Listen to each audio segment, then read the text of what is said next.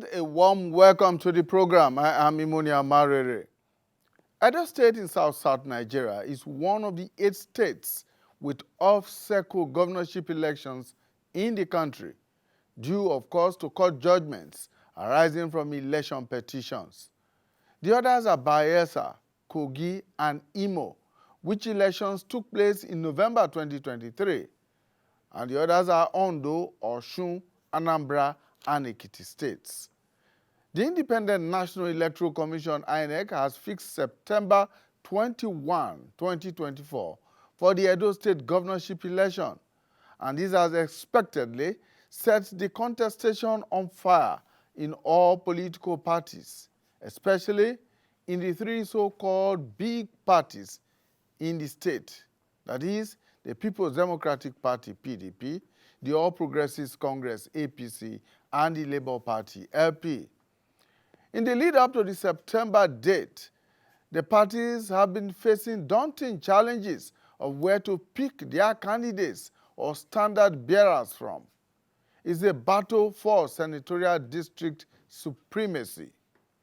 Like every other state in Nigeria, there is the unwritten understanding of power rotation and political equity in Edo State, such that every governorship contest is seen as a 3 senatorial district horse race, particularly during the party primaries. The 2024 contest has not been any different. In fact, it is almost tearing the internal cohesion of the parties apart. Party primaries are scheduled for this February, in fact, less than 3 weeks away. Aspirants in all the various parties have been jostling for nomination forms whose costs range from 30 million to 50 million naira. Some aspirants who indicated interest in the contest earlier on have understandably dropped out of the race to the Osadebe Avenue, which is the seat of power in Edo State. But as of the last count, there were still over 50 aspirants across the 3 leading parties gunning for their party tickets. Quite a crowd, you may say. At least one of the parties has unsuccessfully attempted to prune the number of its aspirants to a manageable size, thus generating serious tension and, if you will, animosity amongst members. The parties have also chosen different options for the primaries. While the APC has opted for the direct mode, the PDP and the Labour Party appear to favor the indirect method, where delegates from wards, local governments, and state levels will choose their candidates.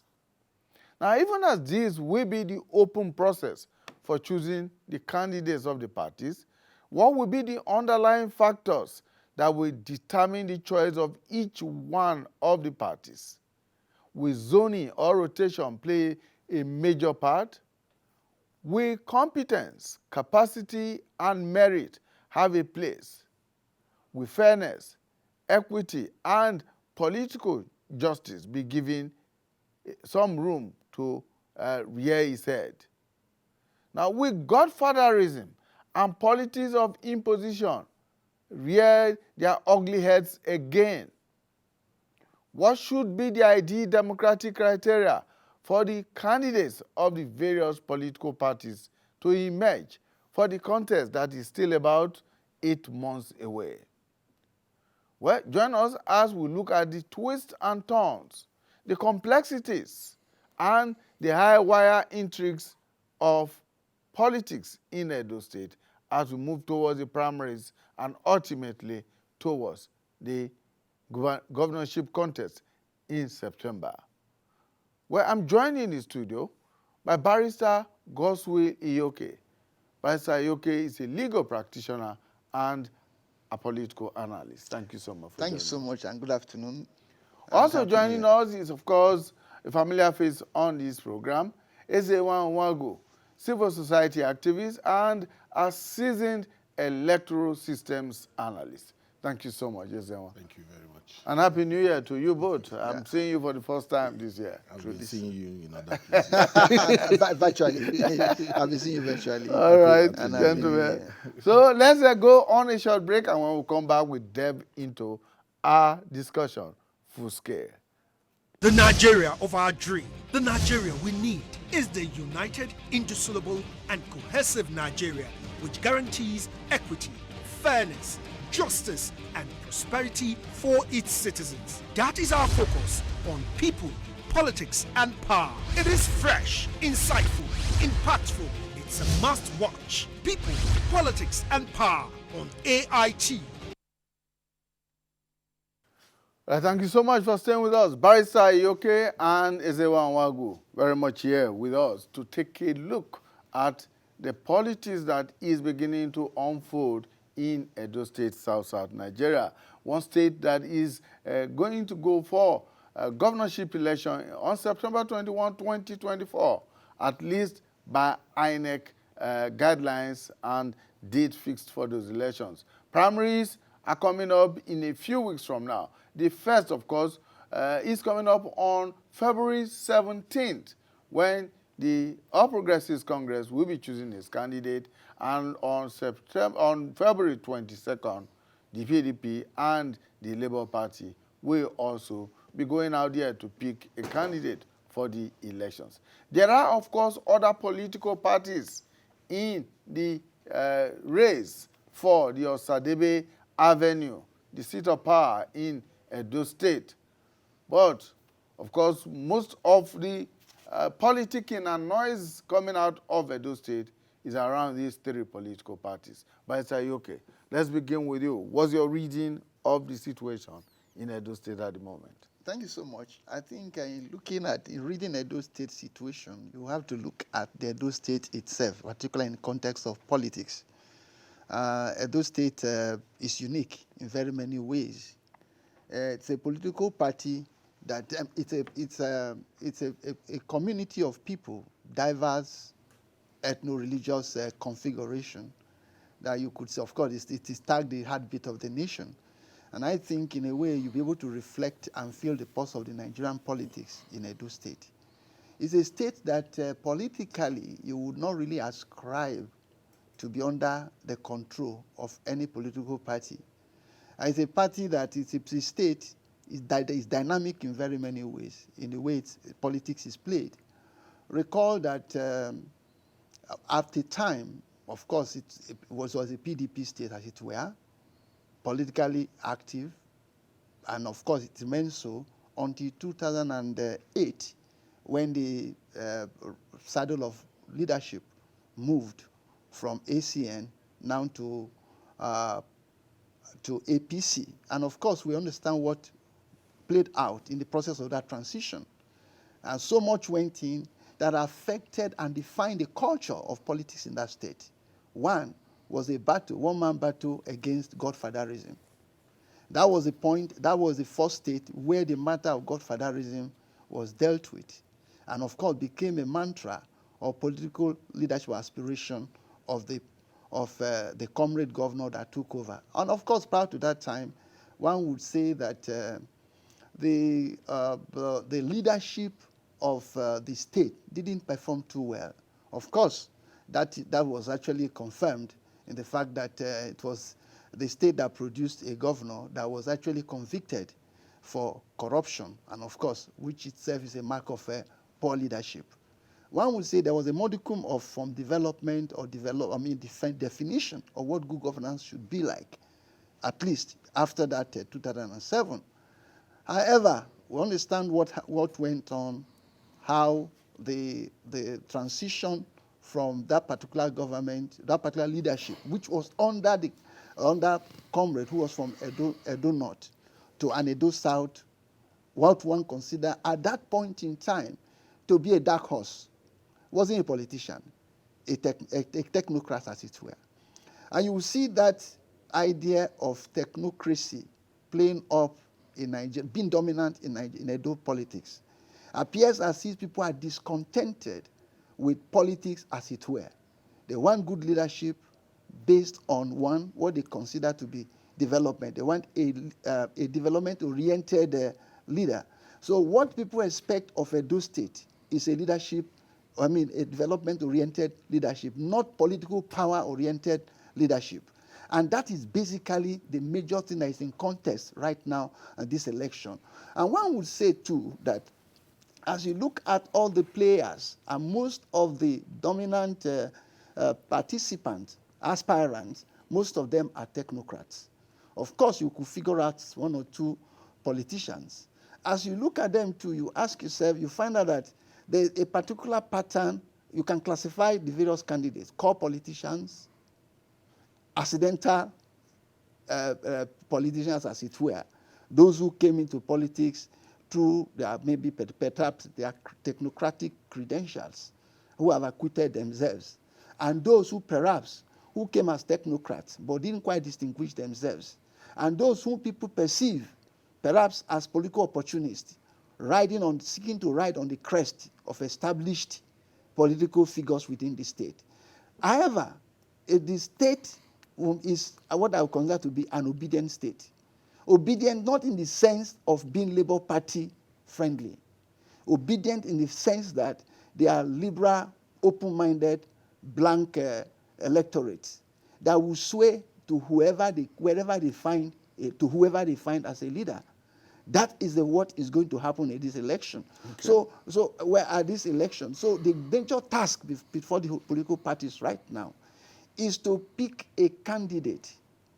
Edo people are not tribalistic. Get that right. There's a common language. We speak Pidgin language. People transact business across the states. Most people, whether Edo South, Edo North, Edo Central, they all live in the Edo South because it has been the seat of government and activities in Edo State. So you are saying, in effect, that senatorial district or section will not play a major role in determining who becomes the next governor. Who is sellable, who is sellable, who has sellable credentials is what will matter in this election. Okay. And because that is what previous elections have shown. Recall, that's a state that went to Labour Party during the presidential election, and a state where all the political parties are represented at the National Assembly. So you get that right. And of course, it's a state where each of those political parties has a voice in the state. It all now depends on how you be able to pick a candidate you can market. And that candidate must not have the suffered infirmities that they see, for which one they rejected God federalism, and for which they rejected, and for which they moved from one political party to another. Comrade Ezenwa, he's just talked about Edo State now being branded as a heartbeat of the nation. Do you see it as the heartbeat of politics in Nigeria? Maybe not. Maybe not the heartbeat of politics, but the heartbeat of the nation because of the central place it occupies in terms of placement geographically in our country, and the role it has played in both for its closeness to the east, to the west, and a bit to the north. But having said that, I just was reflecting, I always have thought that our role, especially those of us in the civil society space, will be to set an agenda, And in setting that agenda is to say that what I've seen is that those who fight godfatherism want to replace them. Oftentimes fight not because they are in principle opposed to it, but because they actually want to be the godfather. So we need to be careful also that we have not in Edo State replaced, taking away the godfather, and there are now emerging would want to be godfathers, So we must have political parties where people contest for positions and not that they are giving. Until that happens, it is still subtle godfatherism. What do I mean? Create enabling conditions for party members who want to aspire. Do not criminalize their aspiration. If they want to contest election, what are the guidelines? Who are the participants in this internal party election? Let it be known to everybody. let there be clarity in terms of Imoni is going to be a voter. Because if you are doing direct or you are doing indirect and you don't have a nominal role of members of the political party, whether it's direct, what it means is that A credible nominal role. a credible nominal role. Oftentimes you don't even have. Yeah, because that is what the politicians themselves complain about during the general elections. And they always say the voters register is not credible. But they themselves do not give that Credence example, to in their own as we register. speak now, the what do they call them? IPAC has just had an election, 19 of them. They couldn't, produce a leader. They are in court. 19 people. So the first important, conversation will be to have a clear mode of, these party primaries. We must zero in on the internal party governance within the political parties in Edo State. And it should be clear to everyone so that we don't just talk about who will be.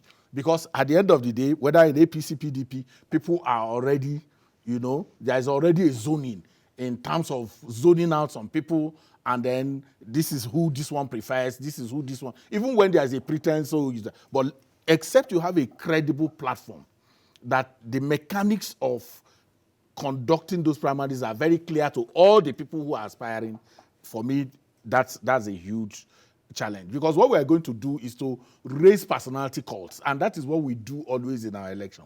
We raise personality cults, technocrats, the people of Edo State, like Barrister has said, are in dire need, and not just Edo State, Nigeria. We should shift conversations away from these inane issues around. Let us look at your track record, and those were the posers that you put out there. I would lend to competence, capacity, antecedents.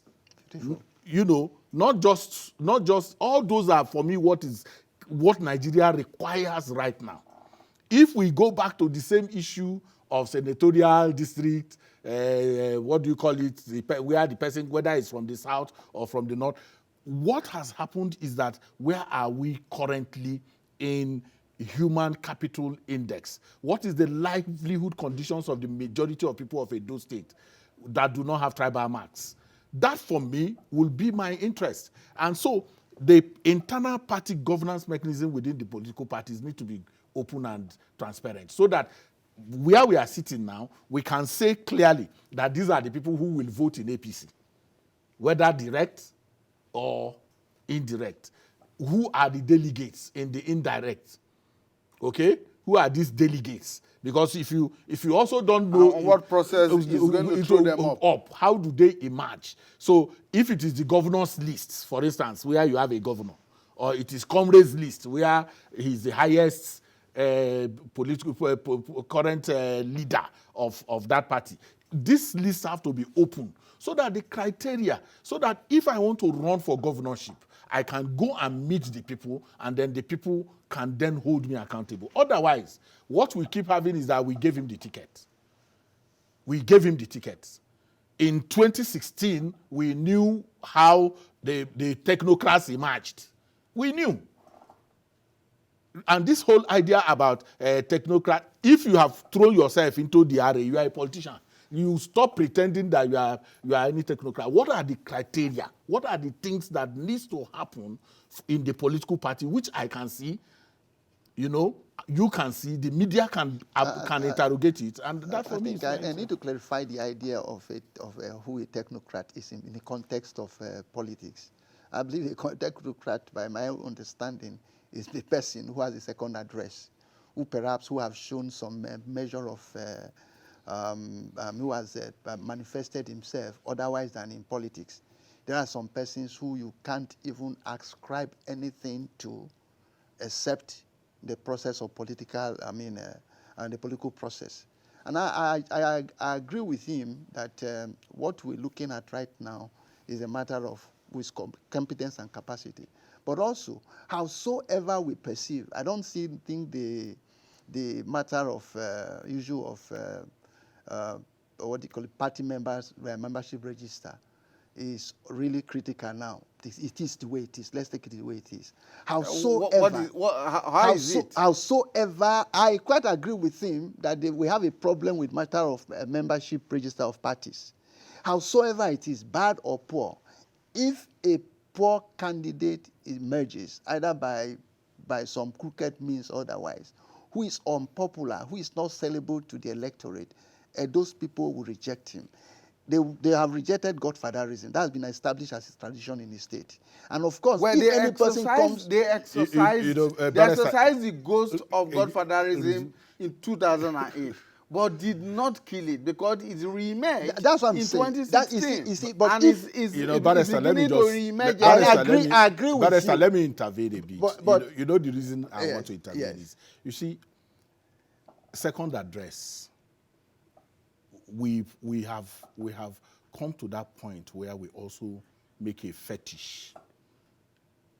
People have to have understanding of the politics of the place that they are coming to govern. The boardroom, the ability to manage a boardroom is not the same thing when you are managing a sociological category in the way we know it. True.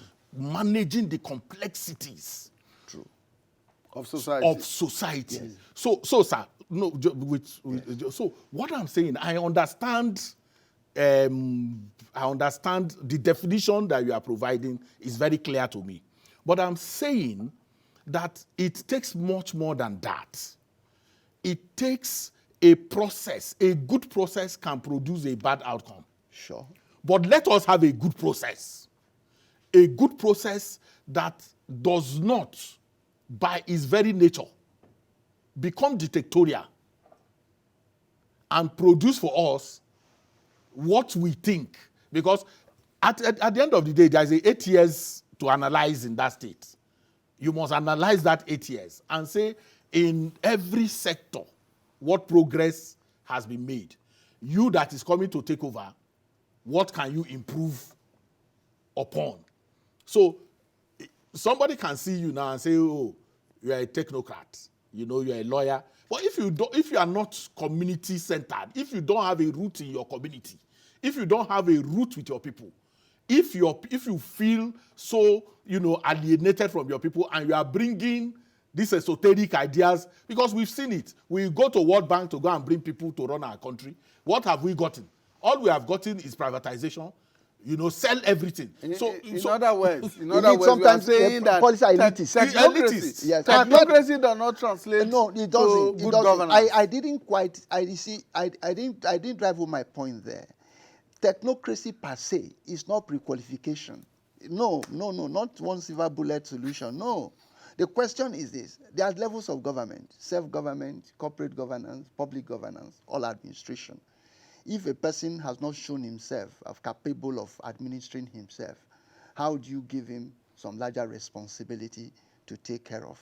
Okay. I mean, of course, you look at it from that level. Some persons amongst them, one or two persons you could see, you say, okay, this one was a technocrat, he acquitted himself in that particular assignment. He's been in politics. How is his relationship with his community? What are his antecedents in government? These are some of the things that you need to look at, and these are the things that the people look at when they want to choose who should be their leader. And these are the things that the parties should really consider, because if you have a candidate whose only qualification is that he was somewhere in London, he was doing some business in London, he just comes back here, and they don't know him here. They have no idea. They can't relate to him. He doesn't understand their culture. How does he understand their needs? Okay. But if a person who comes in there, oh, he's been in London, every week he comes home, these are the things he's done, he's held this particular position in government, these are the impact he has made, we know him. He understands our language. He feels his pulse. This is how he's responded to us in the past. They can relate to that person. You can sell such a person to the electorate. They are reasonable. You are dealing with a reasonable. That's why I told you that the matter of Edo politics is not going to, you're not going to just have people follow you because, it's a candidate of so and so godfather. Let me bring you to the reality that is on ground right now in Edo State. Primaries are heating up. In a few days, there will be the closure of the collection of nomination forms, ranging from 30,000 in one of the political parties to 35,000 in the other and 50,000 in another. Now, the issue that is on the table right now is the whole question, although everyone was trying to discountenance it, but it's very much on the table. Where should the parties pick their candidates from? Whether we like it or not, is there. There is Edo South, Edo Central, and there's Edo North. And the debate right now is to say, oh, one central district has had this number of shots at the governorship. This has had this number of persons in power. This other one has had only 1 or 2 chances to be governor in the past. So the issue now is the whole question. You talked about Edo not being ethnic, but the whole question of equity for these different central districts is on the table right now. The question is this: equity is very important, but the question is this: how would the people themselves, the fact that you pick a particular candidate from a particular senatorial district on whatever consideration or bias notwithstanding, the question is whether such a candidate, because he comes from a particular senatorial district, will be acceptable to the people of the state. Is it fair on behalf of the people of the state for you just to pick a candidate because he comes from a particular state? You have to consider from that perspective. Political parties want to win. That is why they have opened the entire process, opened it up. And if you have opened it up, in the days of godfatherism, where some people sit down at matter of consensus, let this one go, we back him up. By crook or means, we get him out, get him in there. I believe that situation does not exist in Edo State. I'm sure that's what the political parties have taken cognizance of, and that is why they didn't go. They didn't open up. They closed up. That's why they opened up the context. Yes, that's why they ushered zoning. Yes, they ushered so that. Well, even after shunning zoning, there are efforts and attempts at pruning down the large number of aspirants. Like I said at the beginning, where almost, if not more than 50 aspirants in all the political parties, all jostling for the tickets of their political parties at the moment. But as at the last count, I know, for instance, that the APC, for instance, has say, about 12 of its aspirants have 12 or 13 have picked nomination forms. Same for the PDP. And the Labour Party, too, the number is swelling. You see, you can't stop people from aspiring. Whether or not they even believe in themselves, they have a chance notwithstanding, for whatever reason. Perhaps social visibility, they participated, it's on record for them. Perhaps for purposes of realizing ambition, opportunistic reasons, in negative aspect. Some persons just believe that, oh, whatever it is, because we are in power, going by what happened in the past, if I'm able to get the ticket of this political party, I can win the election by hook or crook. And I believe that that situation, to an extent, has been stemmed. One, because of certain innovations that have been brought into the electoral process, and because of the political sophistication of the people themselves. Because Edo electorates, I want to use that word, advisably, let me put it in quote, the electorate, I want to say they are a rebellious lot. People that came up with the mantra, they don't know be Lagos. You can understand where it is coming from. That started on the mantra of, look, goodbye to godfatherism. And if any political party... And on a mantra of one man, one vote. Oh God, you are reminded. Thank you so much for putting that one. On a mantra of one man, one vote. And I think people still want to insist on all of those things. There are some of the things that people have culturalized themselves to, and they want to insist on. Political parties are very careful not to be seen, to be party or privy to some of these negative things of tendencies of the past. Let the candidates free sell themselves. Let them be open to the electorate. The only thing I can't understand why after 25 years, the matter of membership register is still mysterious. Now, in all of Nigeria, not only in Edo State. No, you see, if there are lessons that we can take away from 2023 election, it is to appeal to the political parties to stop the burgeoning complex of election litigation. Most of the litigation that you have seen after the 2023 election were majorly inter-party issues. What was it? Arising from primaries. So, yes, Yes. So if, as Barrister said, oh, you know, let's not look at that, let's just go. We need to hold the parties to first ensure that their process is in conformity with their own laws, the laws that they have made for themselves. We have to be careful with waivers, with what they did with waivers in 2023. That point is the reason you see Plateau has dragged the ways and is still dragging. It is the obstinacy of individual godfathers within those political parties And party bureaucrats. who plunged everybody where they are now. And there's a pretense that is not where it is. So when elections are coming and we are still at the point of getting aspirants, the conversation must stay on not giving the political parties a sweetheart conversation about what they do and how they do it. They must do it right. Because if they don't do it right, it will haunt them. It will haunt not just them. You may even elect somebody who is a candidate, and the courts will say, your process was not, so you can't even claim to be a candidate. We've seen that severally. So I am interested that it is very, very correct right now to say, Mr. APC, put clearly how people will run election under your party, your members. INEC will have timelines, timetable, put it out. We will interrogate it. All of us will be at it. They have a period in which they will run campaigns. They have a period in which they will do nomination of candidates. They have a period, most of the time, they don't follow those processes. We saw it in Zamfara. We saw it in even when they have publicized most of the states. Such timetables. We won't do that. And if we have the opportunity to rein them into line now, so that we don't go to do the right things. To do the right things. And that is why your preface is important for me. What are the issues in contestation right now? What is an issue is that you are going to be going into your primaries. But who knows, is this your primaries shrouded in darkness?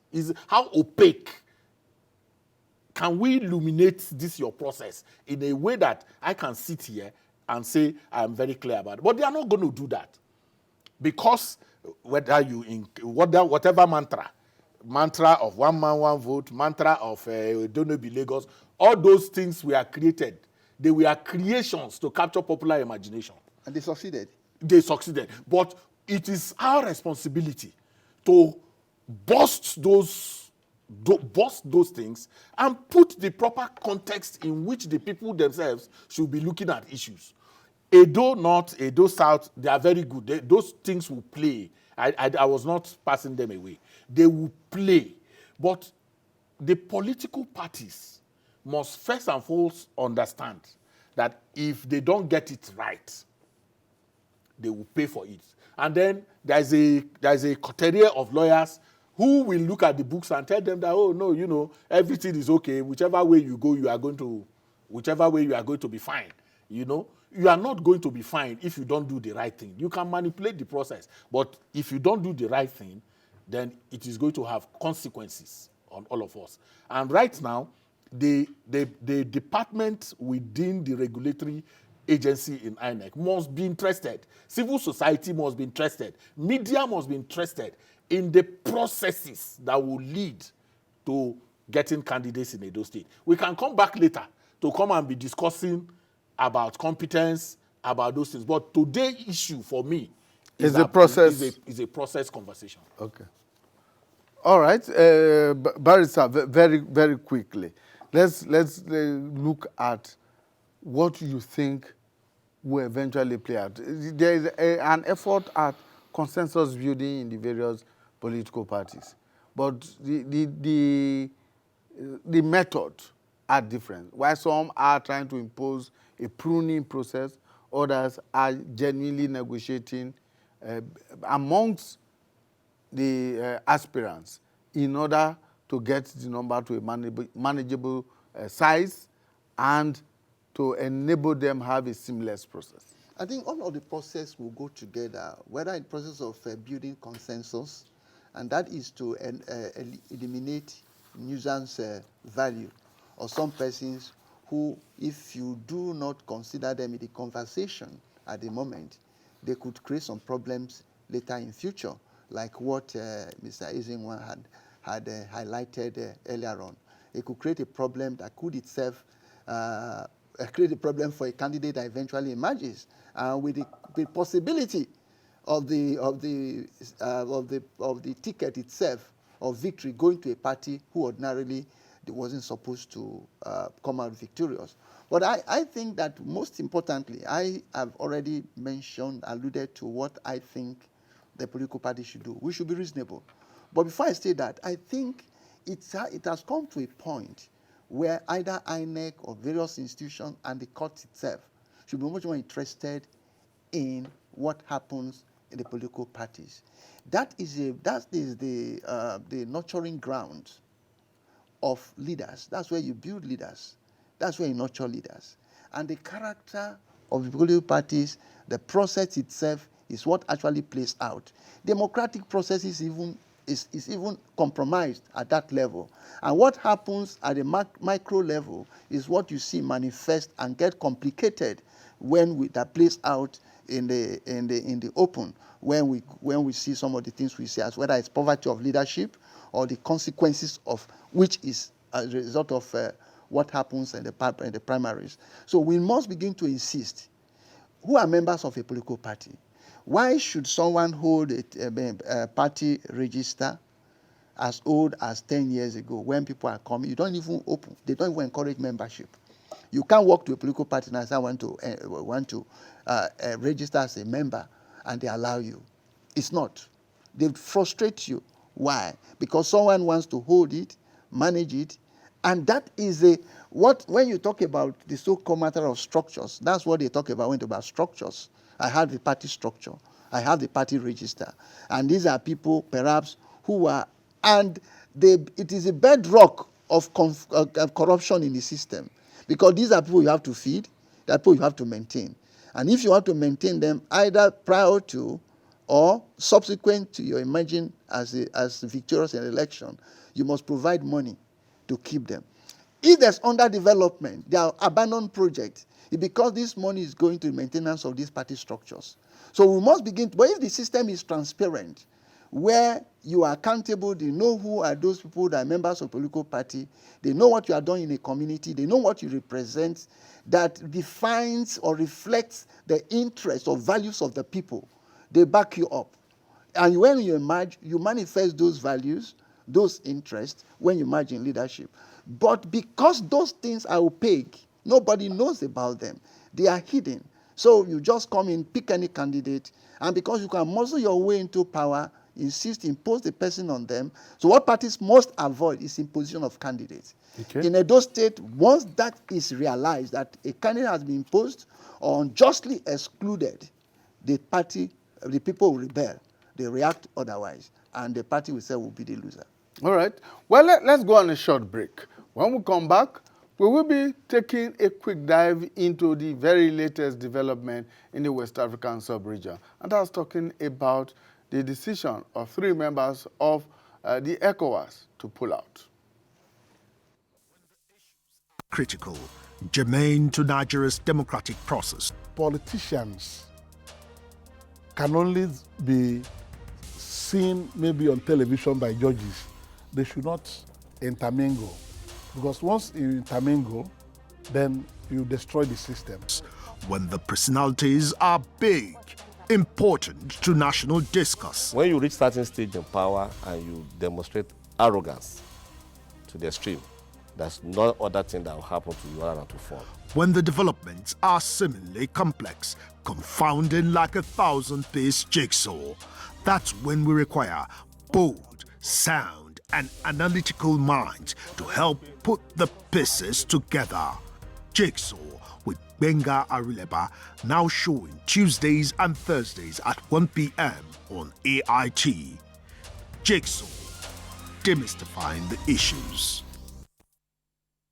Thank you so much for staying with us. On our second segment of the program, we are taking a quick look at the collective decision of Niger, Mali, and Burkina Faso to pull out of the 15-member Economic Community of West African States, ECOWAS.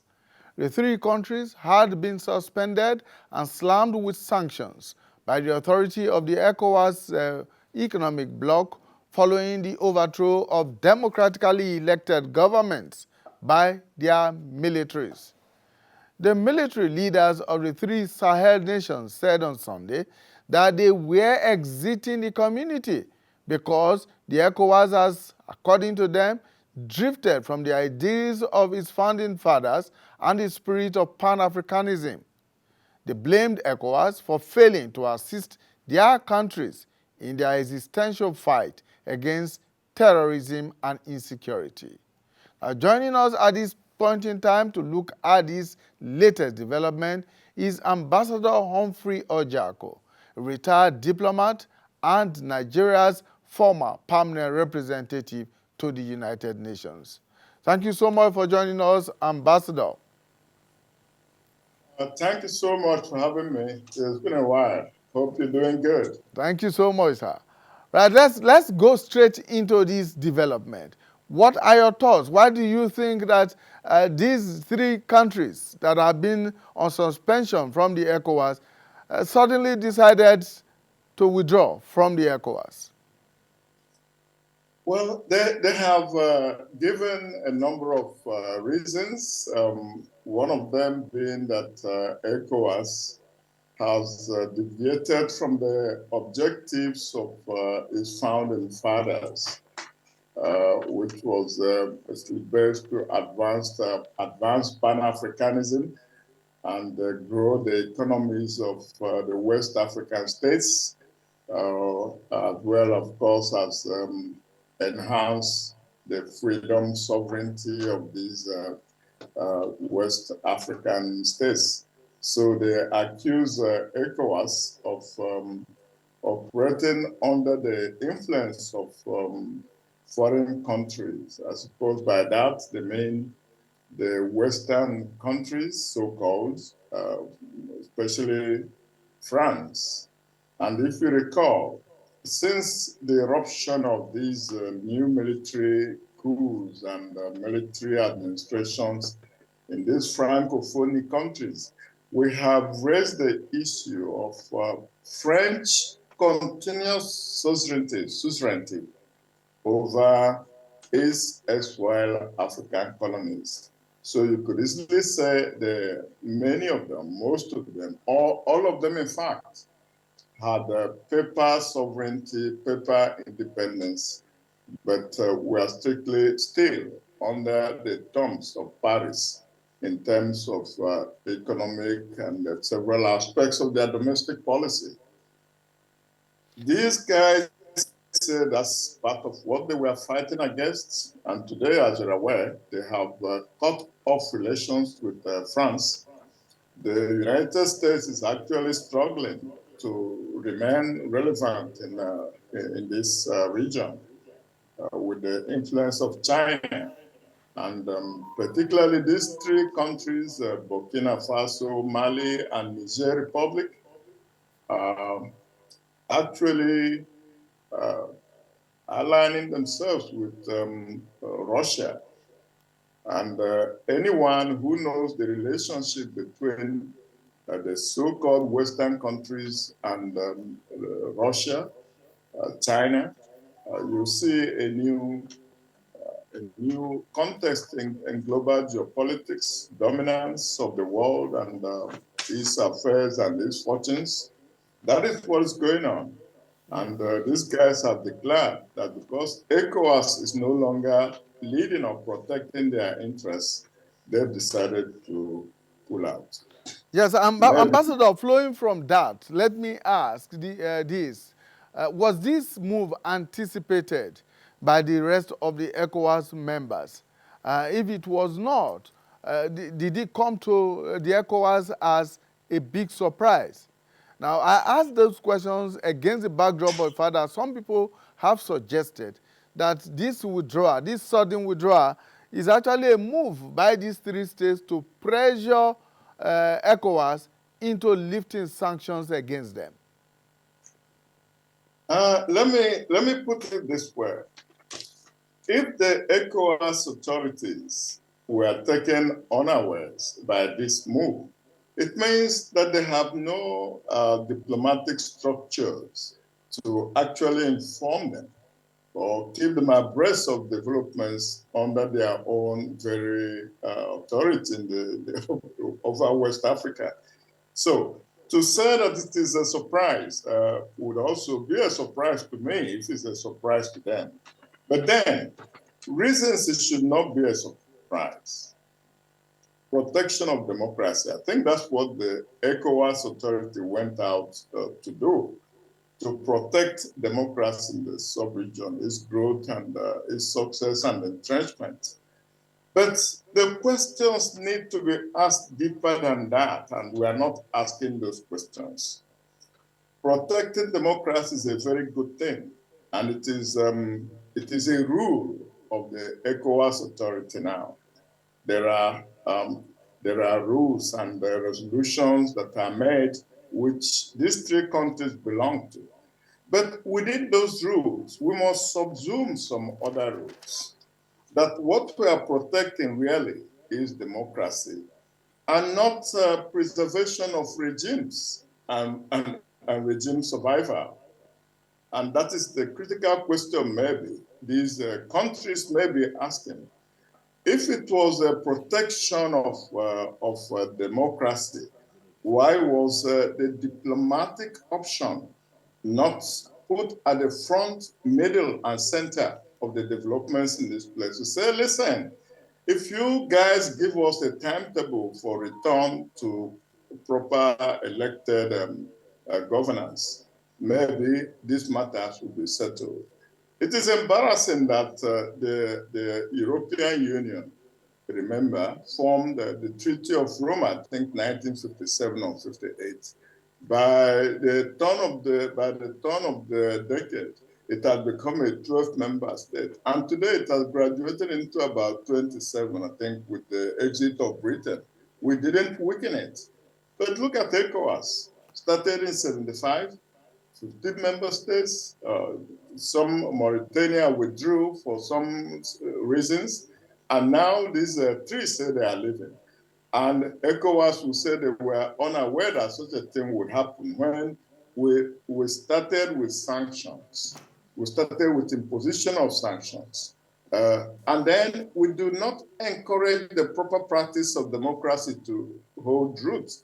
So many can argue, and many have argued, that what the ECOWAS authorities are about is not really fighting to protect and entrench democratic rule and practices in the sub-region.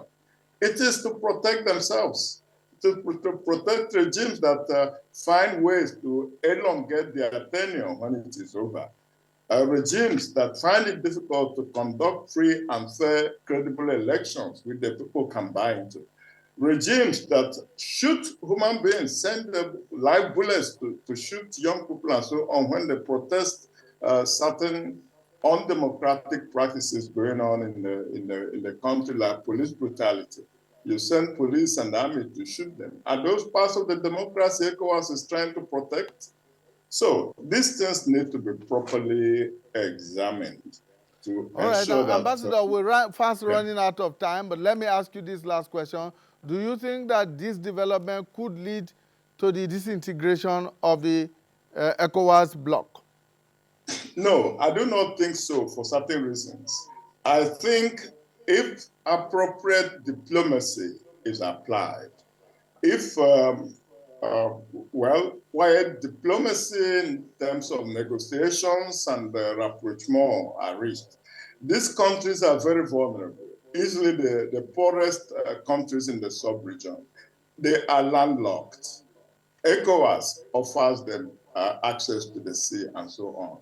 I think, in a way, this is also an act of desperation, which, if approached with appropriate diplomacy, as I've said, if approached with real second-tier negotiations and stuff, this matter could be resolved. And I think they will be quite willing to come back to ECOWAS, especially because they are trying to replace what they call Western influence with Russian influence.